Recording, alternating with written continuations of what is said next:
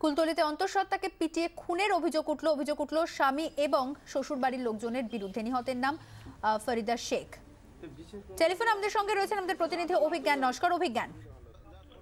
হ্যাঁ, যেটা জানা গিয়েছে সেটা হলো যে কুলতলি থানা এলাকার মেরিগঞ্জ 1 নম্বর গ্রাম পঞ্চায়েতের শেখপাড়ায় সেখানকার গৃহবধূ ফরিদা শেখ, তিনি অন্তঃসত্ত্বা ছিলেন এবং তাকে তার শ্বশুর বাড়িতে তাকে পিটিয়ে খুন করা হয় বলে অভিযোগ। এবং অভিযোগ যেটা উঠেছে তার স্বামী আগলেস রহমান শেখ সহ শ্বশুরবাড়ির অন্যান্য লোকেদের বিরুদ্ধে।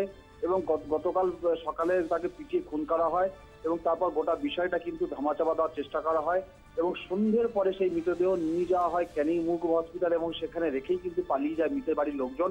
এরপর রাত্রে কুলতলি থানায় ওই মহিলার বাড়ির লোকজন যখন যায় অভিযোগ জানাতে, কিন্তু কুলতলি থানা পুলিশ এই অভিযোগ নিতে তারা চায়নি এবং শেষমেশ ক্যানিং মহকুমা হসপিটাল থেকে সেখান থেকে মৃতদেহ এই মুহূর্তে ক্যানিং থানাতে নিয়ে যাওয়া হয়েছে এবং সেখান থেকে ময়না তদন্তের জন্য পাঠানো হবে।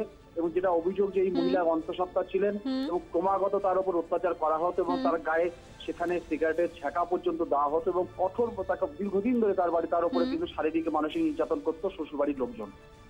ধন্যবাদ অভিজ্ঞান। শুনে নেব আত্মীয় পরিজনরা কি জানাচ্ছেন। লাগাতার অশান্তি হতো, আমরা মীমাংসা করে দিয়ে আসতাম, আবার মেরে ধরে বাড়িতে পাঠিয়ে দিত বাপের বাড়িতে, আমরাও আবার যেতাম মীমাংসা করে আসতাম। বারংবার এরম হতে হতে হতে হতে কালকের খবর এলো, বললো আপনাদের বোন বিষ খেয়েছে, আপনারা আসুন। 20 মিনিট পর আবার ফোন করছে, বলছে মারা গেছে।